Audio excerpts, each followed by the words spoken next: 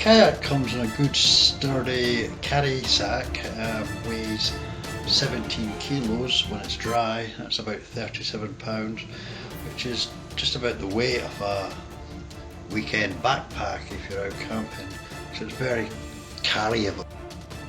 It's worth noting that there's no pump supply from Decathlon with this kayak.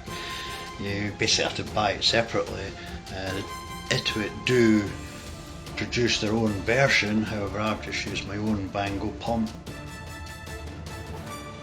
There's 3 inlet valves, one for each of the polyester buoyancy tubes, one left, one right, and the base, and each valve is filled in turn, starting with the base. Always start with the base and then fill left and right buoyancy tubes.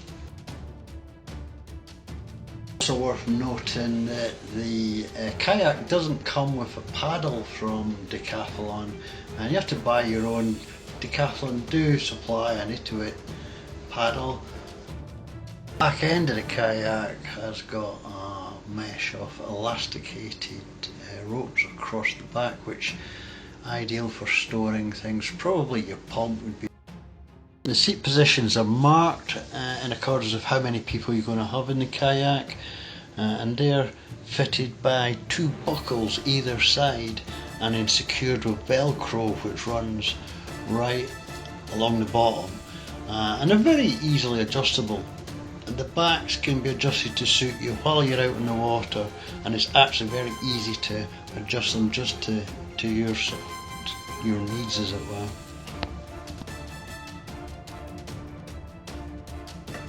Good quality grab handles either end, makes it ideal for carrying down to the water's edge.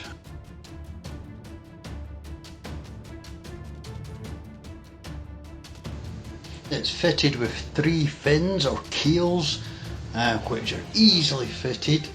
The only problem I had was that grit kind of caught in the grooves, but they're easily flicked out and cleaned out quickly. And then the keels fitted, slid in quite easily and secured without too much fuss at all.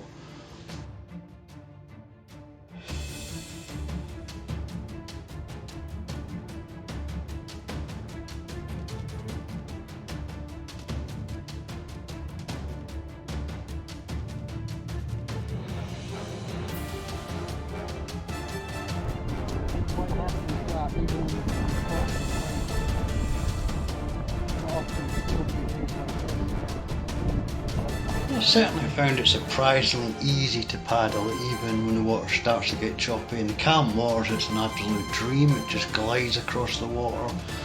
But in the choppy water, even with heading into the wind, it's very easy to paddle, and it's easy to turn as well.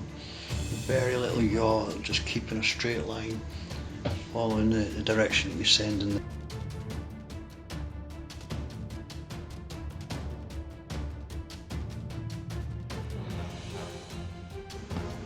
I actually tried it without the keels in when the water's a bit calmer, and what a difference the keels really do make. They'll be great on fast flowing rivers, but in the calm water, deep water, the keels make such a big difference.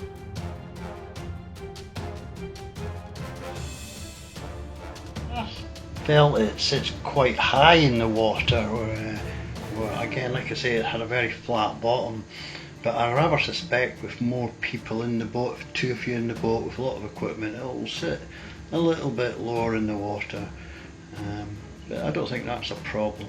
It certainly makes it for a good smooth ride.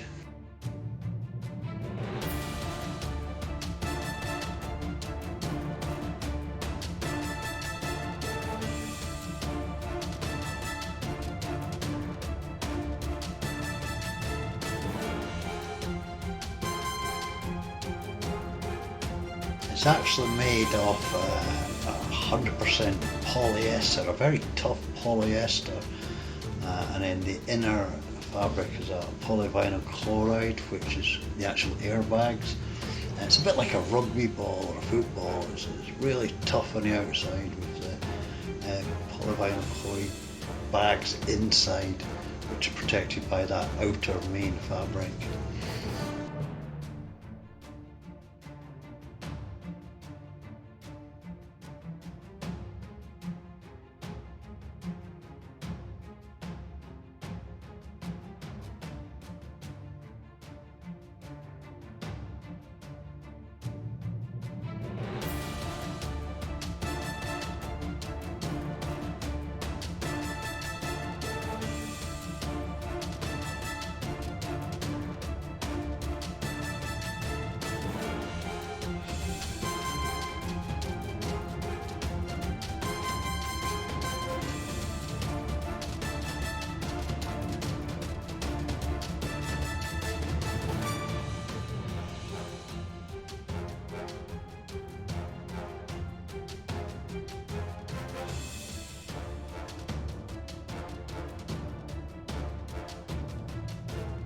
This is clearly not a toy, and it's ideal for basic entry into kayaking. I suspect it'll be good for the sea as well, going out to probably 300 metres as the manufacturers recommend. It's all round a good kayak. Its real benefits are its packed up size and its portability, which makes it an absolute winner for me. It packs up well and fits easily back into its bag after you've used it. There's plenty of space for all the equipment. The bag itself is 73 centimetres by 44 centimetres.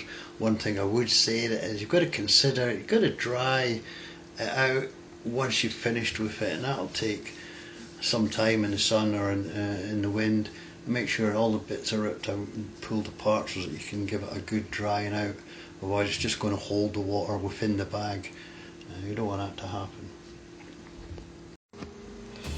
Right, that's all we've got. Thanks for watching. If you've taken anything from this, please consider liking and subscribing to our channel. It'll help the channel that we're trying to grow. And thanks again.